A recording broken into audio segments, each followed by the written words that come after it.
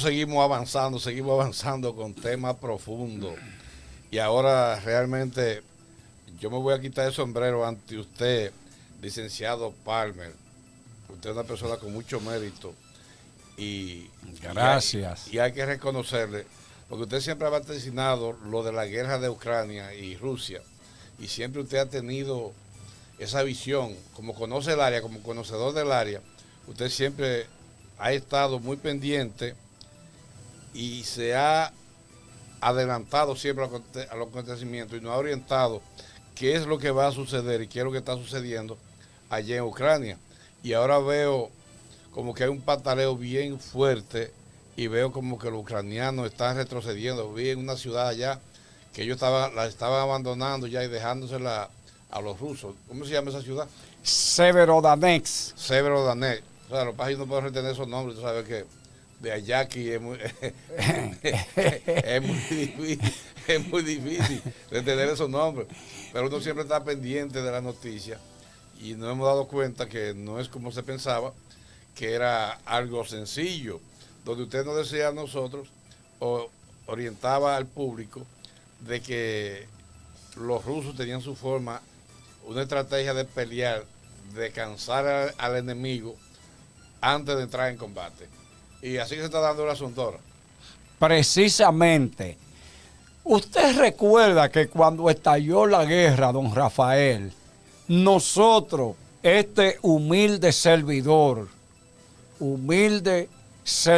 de cada uno de los que nos siguen y de cualquier ciudadano dominicano y del mundo, modestia aparte, usted se acuerda que dijimos cuando comenzó la guerra que se hablaba de que eso iba a ser una operación que duraría 2 semanas, y yo dije, falso de toda falsedad, esa no va a ser una guerra de 2 semanas. Y decíamos, no va a ser una guerra de 2 semanas porque el ejército ruso pelea de acuerdo con la doctrina Sverdlov. Estoy recreando lo que dijimos en aquella ocasión. La doctrina Sverdlov es una doctrina de guerra lineal, de guerra estratégica, de guerra de posición. No es una doctrina de guerra de movimiento, envolvimiento y aniquilación. No.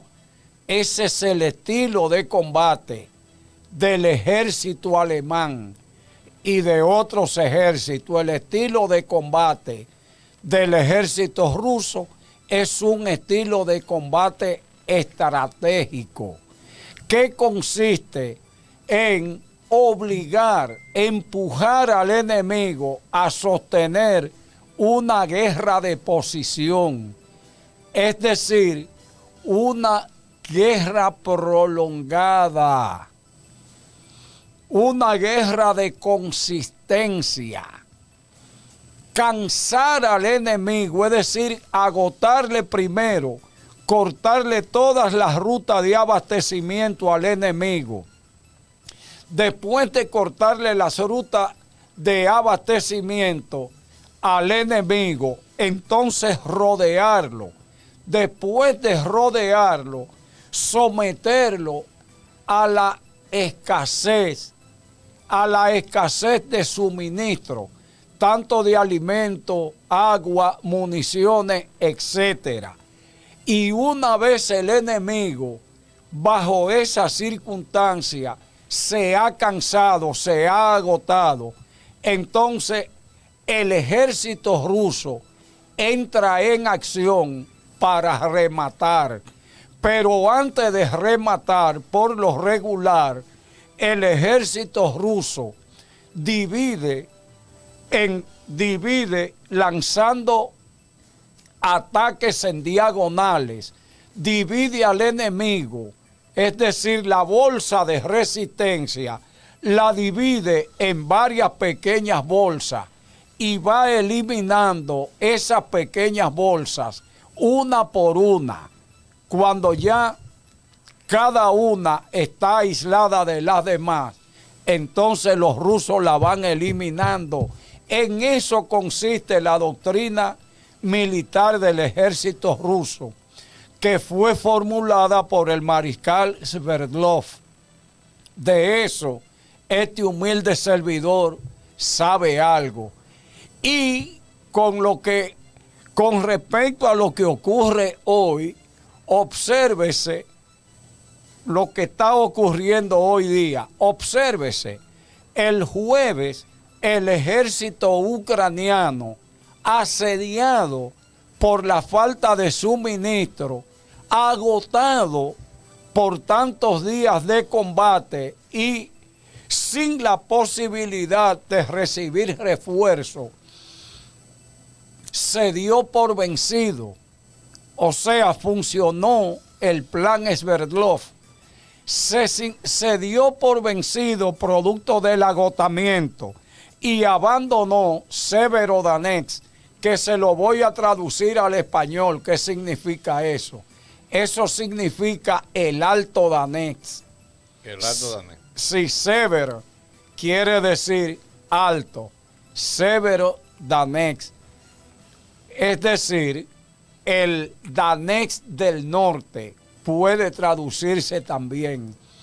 Pero como ahí todas esas son llanuras, yo entiendo que se trata de Donetsk del norte. Pues bien, entonces... Déjame hacer una pregunta antes que usted prosiga ahora con el tema, avanzando, porque tenemos que ir visualizando. ¿Allá se sigue trabajando agricultura o todo está paralizado? O sea, los cereales ya no están cosechando. No, se está cosechando cereales. Claro está, hay zonas que están vedadas porque están muy próximos a las zonas de combate. El problema es que en Ucrania no se está trabajando a gran capacidad. O sea, la agricultura se está trabajando a capacidades mínimas, porque es que producto de la guerra, los puentes, qué sé yo, muchos puentes y muchas fuentes de suministro han sido bloqueadas. Han sido bloqueadas. Y como han sido bloqueadas y las fábricas de fertilizantes, muchas han sido destruidas o cerradas, no hay posibilidad de que la agricultura se trabaje a gran escala. Ese es el asunto. Ok, no, proseguindo con su tema, porque realmente sentía algo así, digo, estarán trabajando, ¿qué estarán haciendo? Y están almacenando los frutos, los que están cosechando, o habrá un mercado o la forma de ellos salir de ahí, porque se supone que no hay comunicación. No, eso es. La falta de comunicación, la falta de suministro, de la movilización de maquinarias agrícolas, la movilización de personal, los suministros en pesticidas, fertilizantes y otros insumos, precisamente se han dificultado, y producto de eso se está produciendo, pero a baja capacidad. Se sigue trabajando, pero a baja capacidad. Entonces, mire cómo va el escenario de la guerra para que el pueblo sepa qué hay. Miren, como le decía, ya Ucrania entregó Severodonetsk. Eso quiere decir que ya las provincias rebeldes, o sea, las regiones rebeldes de Lugansk, de Donbass y Donetsk, ya están bajo control total del ejército ruso. Aparte de que están bajo control el puerto de Mariupol. Y al mismo tiempo, los rusos han reiniciado, han reenfilado su ofensiva contra Kharkov, la segunda ciudad más importante de Ucrania. Por otro lado, y en la medida en que pierde terreno en el este, ahora el ejército ucraniano pretende reforzarse en el sur de Ucrania. Pretende reforzarse en el sur de Ucrania. Y el ejército, las Fuerzas Armadas rusas han respondido mandando 2 barcos frente a la isla de la Culebra, o sea, 2 buques tipo fragata de combate, frente a la isla de la Culebra, que está situada próximo a Mariupol, en el mar de Azov. Entonces, por otro lado, mire lo que ocurre, que Lituania, según ellos, cumpliendo con el bloqueo impuesto por la Unión Europea, le ha cerrado las líneas de transporte, la línea de ferrocarril a Rusia. Es decir, esa línea de ferrocarril a través de la cual se abastece el enclave de Kaliningrado que tiene Rusia en el mar Báltico, próximo a la frontera entre Finlandia y Polonia. Entonces, ¿qué han dicho los rusos? Ellos le han pedido a Lituania que desistan de bloquear esa línea de ferrocarril, o que de lo contrario ellos van a responder, y no van a responder en el plano diplomático, van a responder en un plano mucho más pragmático. Eso dice la vocera de la Cancillería rusa. Y por otro lado, se dijo en esta semana que Rumanía, Francia, Italia y España iban a desbloquear los puertos ucranianos del Mar Negro para facilitar el transporte de granos, el transporte de los cereales hacia Europa. Pero el presidente Putin le ha respondido que él no tiene ningún problema en que los puertos se desbloqueen, que el problema fundamental que hay allí no es la flota rusa, sino que Ucrania, poco antes de la guerra, diseminó cerca de 20.000 minas antibarcos próximo al puerto de Odessa y otros puertos ucranianos en el Mar Negro. Putin dice, ese es el problema fundamental, el por qué los cereales no están llegando a Europa. Entonces Rusia le dice, pero está bien, pero antes de la guerra ustedes transportaban cereales en barcazas a través del río Danubio y también la transportaban en trenes desde Ucrania hasta Europa. ¿Y por qué ahora Europa no hace lo mismo? ¿Ven? Eso es lo que le plantean los rusos. Entonces, ¿qué resulta?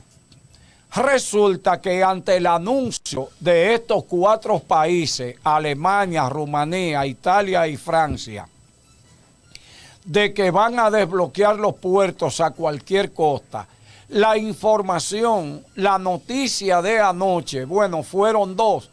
Primero, que los rusos, cerca de Ryazansk, en el este de Ucrania también, habían rodeado 4 batallones del ejército ucraniano y le pedían, los rusos le estaban pidiendo que se rindieran.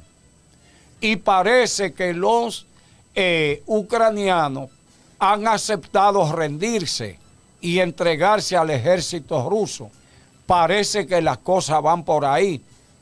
Otra cosa fue que los rusos el jueves en la tarde, haciendo uso de un misil de alta precisión, bombardearon un lugar donde se celebraba una reunión de altos mandos de la oficialidad del ejército ucraniano, y entre coroneles y generales mataron 50 con ese ataque. Entonces, le decía que producto del anuncio de Francia, Alemania, Italia y Rumanía, se dijo que anoche ayer tarde se vieron navegando 5 buques de combate de la Armada rusa en el Mar Negro, próximo a las costas de Rumanía. Entre tanto, ya se dice que la OTAN está movilizando, ha hecho una movilización masiva de tropas para realizar un ejercicio en las fronteras con Moldavia, una ex república de la Unión Soviética. Y se dice lo que dicen los ejércitos de la OTAN, es que ellos se están preparando ya para acciones bélicas directas. Es decir, que la OTAN está amenazando a Rusia con involucrarse ya de manera directa y frontal en el conflicto. Y por otro lado, entonces, Rusia ha comenzado a transportar, a suministrarle a Bielorrusia, su gran y eterno aliado, a Bielorrusia, a suministrarle un sinnúmero de pertrechos, porque lo que se espera es que el ejército de Bielorrusia entrará en combate en la guerra de Ucrania, pero a favor de Rusia. Ok, entonces quiere decir que, por ejemplo, esos 5 barcos que usted dice que están navegando, ¿eso es para amedrentar o para pelear? Porque usted me dice que entonces la Unión Europea está llevando militares por tierra.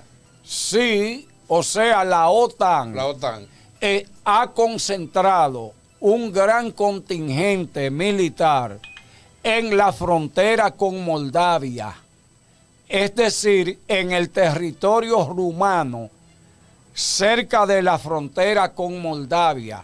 Pero por otro lado, hay una región moldava, que es la región de Transnistria, que ha declarado, sus autoridades locales han declarado abiertamente que ellos no quieren ser parte de Moldavia, que ellos quieren ser parte de Rusia.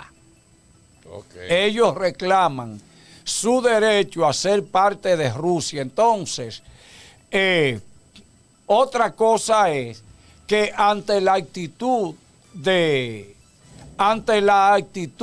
la posibilidad de que estos 4 países de la OTAN, me refiero a Francia, Italia, Rumanía y Alemania, pretendan llevar a cabo acciones de fuerza en el Mar Negro para desbloquear los puertos, yo me imagino que estos 5 barcos rusos han sido enviados allí como una fuerza disuasoria.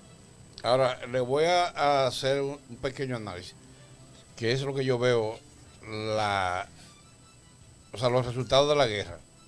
En todo esto, resultados, lo que nos conlleva a nosotros es más a la destrucción nuestra, porque mientras más se pelea allá y más estrategias ellos usan allá, nosotros no estamos preparados aquí para esa guerra, porque dése cuenta, o sea, si nosotros dependemos tanto de Ucrania, que yo realmente para mí era ignorante en eso, yo no sabía que nosotros teníamos tanta dependencia de Ucrania, y entonces basado en eso también estaban los rusos.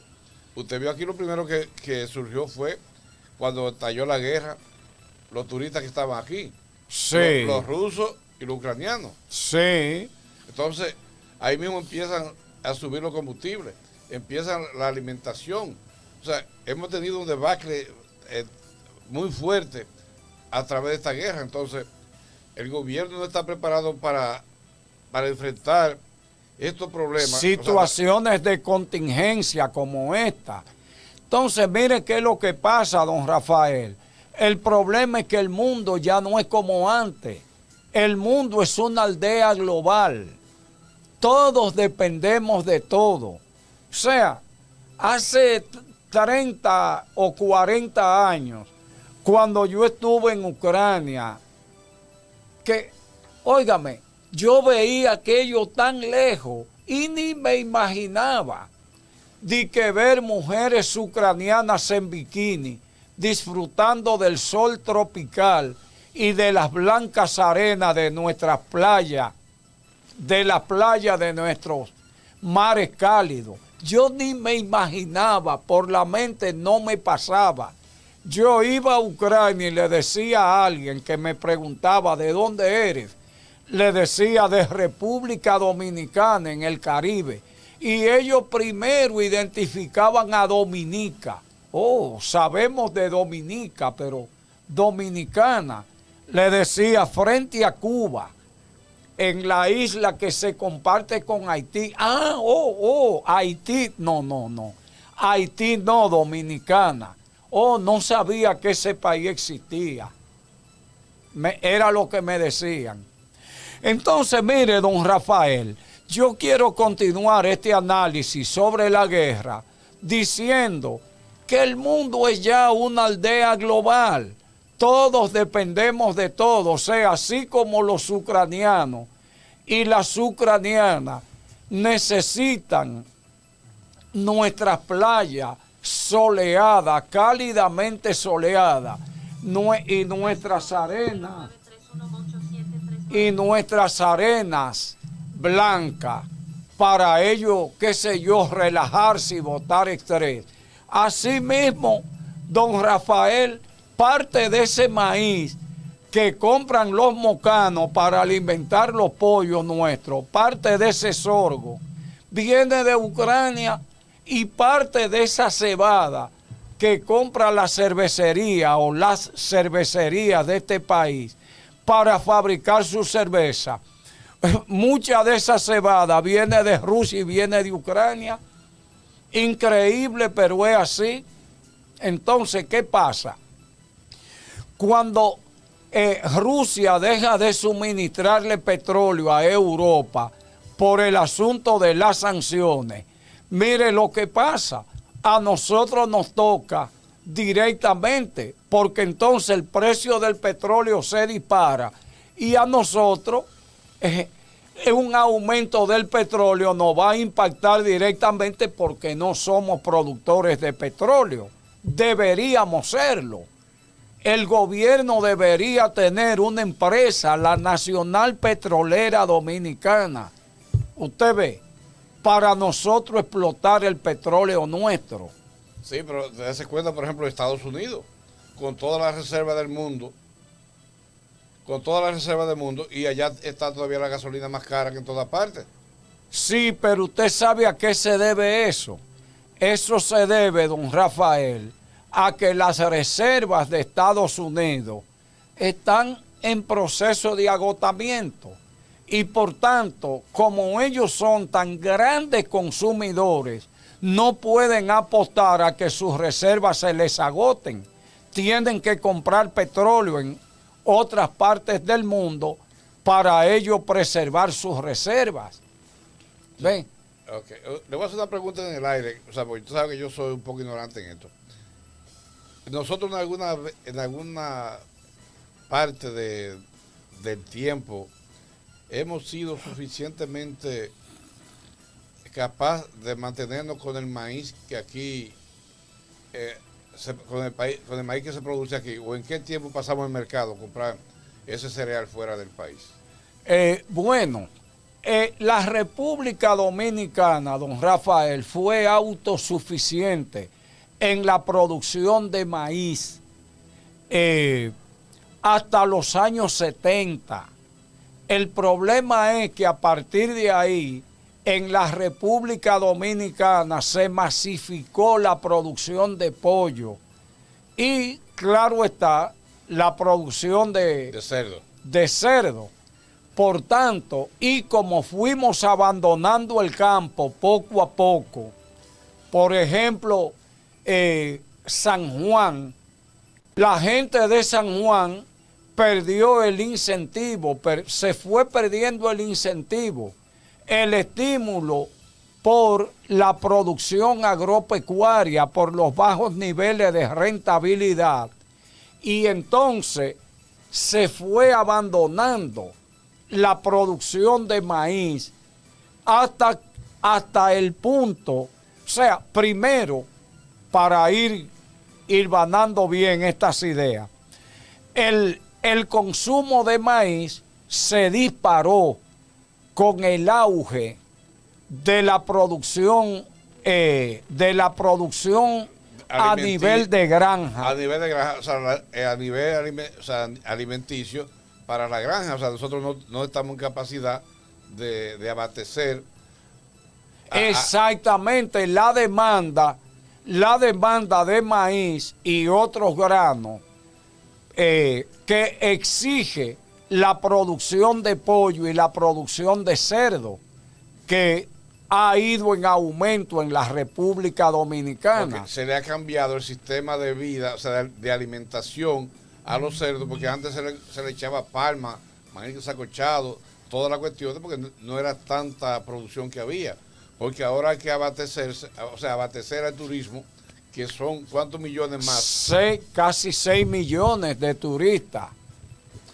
Esa es una, don Rafael, o sea, se disparó el consumo cuando entró en auge la producción de pollo de granja y cuando cambiamos la matriz en la producción de carne de cerdo.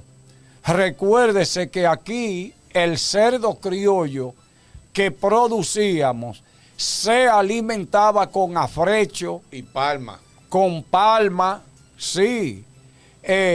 Bueno, hasta con mango y aguacate podrido, ya en desuso. Con hoja, cualquier tipo de hojas, etcétera. Pero ¿qué pasa? Después del año 1978, cuando el país fue impactado por la fiebre porcina y el país se vio obligado a eliminar la producción del cerdo criollo. El cerdo criollo. Ve, que por cierto era una carne muy buena. El cerdo criollo. Entonces, al introducirnos el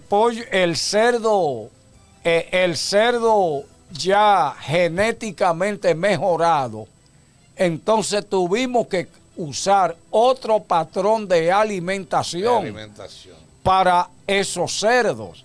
A partir de ahí fue que se disparó el consumo de maíz, pero mientras eso ocurría en San Juan, en Moca, en la línea fronteriza, los campesinos fueron abandonando la producción de maíz por una razón sencilla, don Rafael. Ya no era rentable producir el maíz. Es decir, los campesinos lo producían y las ganancias año tras año se le iban achicando. Se mermaba más.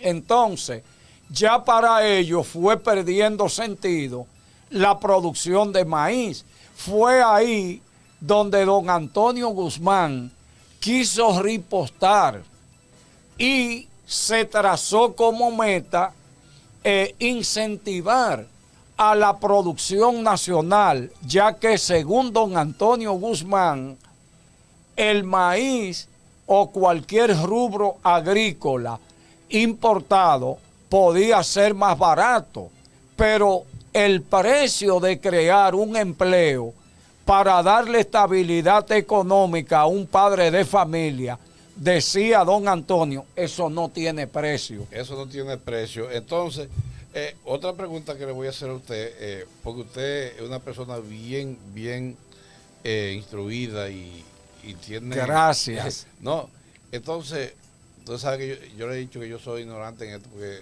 nunca he tenido estadística de esto. Pero nosotros somos aquí en el país como 9 millones de habitantes, ¿verdad? O sea, que vivimos actualmente. 10